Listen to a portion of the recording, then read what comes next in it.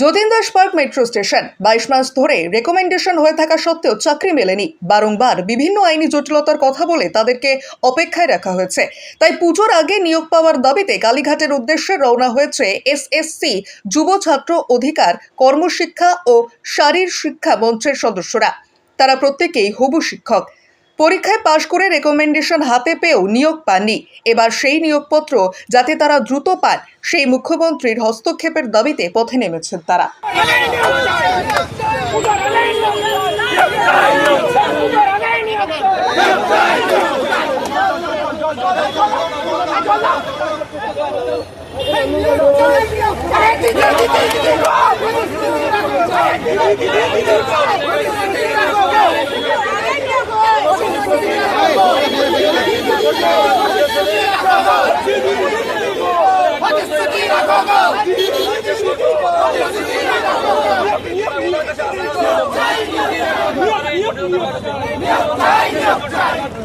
নিজের খরচে কাটাতে পারছে, সরকারের খরচে কাটাতে পারছে, অন্যান্য দেশে জড়িয়ে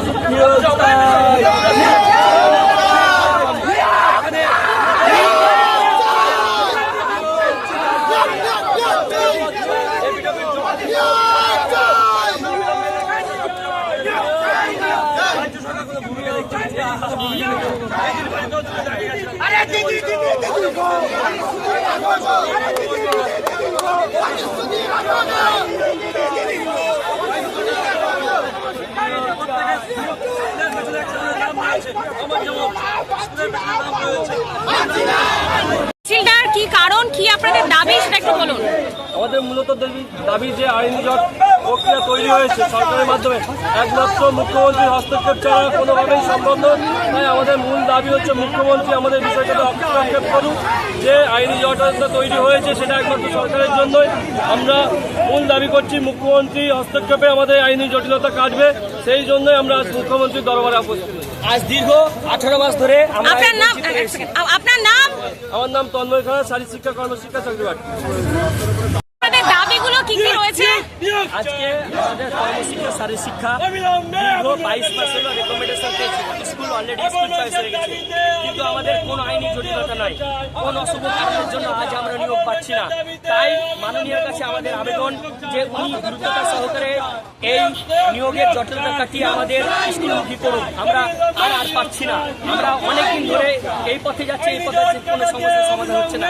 তাই মাননীয়ের কাছে আবেদন করছি যে উনি আমাদের পুজোর আগে এই বেকারত্বের যন্ত্রণা থেকে আপনারা কি এই মিছিল নিয়ে কি আপনারা একেবারে কালীঘাটে মুখ্যমন্ত্রীর বাড়িতে যাবেন? আমরা ভেবেছি যে মাননীয়ের কাছে আমাদের অ্যাপয়েন্টমেন্ট আছে, উনি কি বলতে চাইছেন সেটাই দেখবো। তার হস্তক্ষেপ আমরাই এটা করতে চাই যে তিনি দ্রুততা সহকারে আমাদের এই নিয়োগ থেকে বেকারত্বের বঞ্চিত সমস্যার সমাধান করুন। কেননা আমাদের কোনো আইনি জটিলতা নাই। আগেও তো অনেকবার আপনারা এভাবে মুখ্যমন্ত্রীর বাড়িতে যাওয়ার বা ওনার কাছে আপনাদের দাবিগুলো তুলে ধরার চেষ্টা করেছেন। অনেকবার গেছি, তারপর প্রতিশ্রুতি এখন পর্যন্ত আমরা পাইনি। জানি না কেন আমরা এই 18 মাস ধরে বসে রয়েছি। আমাদের কোনো আইনি জটিলতা নয়। একটা মিথ্যা মামলার জেরে আমাদেরকে এই সমস্যার সমাধান এখন অব্দি করছে না। তার জন্য আমরা চাই যে মাননীয় দ্রুততা সহকারে হস্তক্ষেপ করুক, আমাদেরকে স্কুলমুখী করুক, এটা আমরা চাইছি।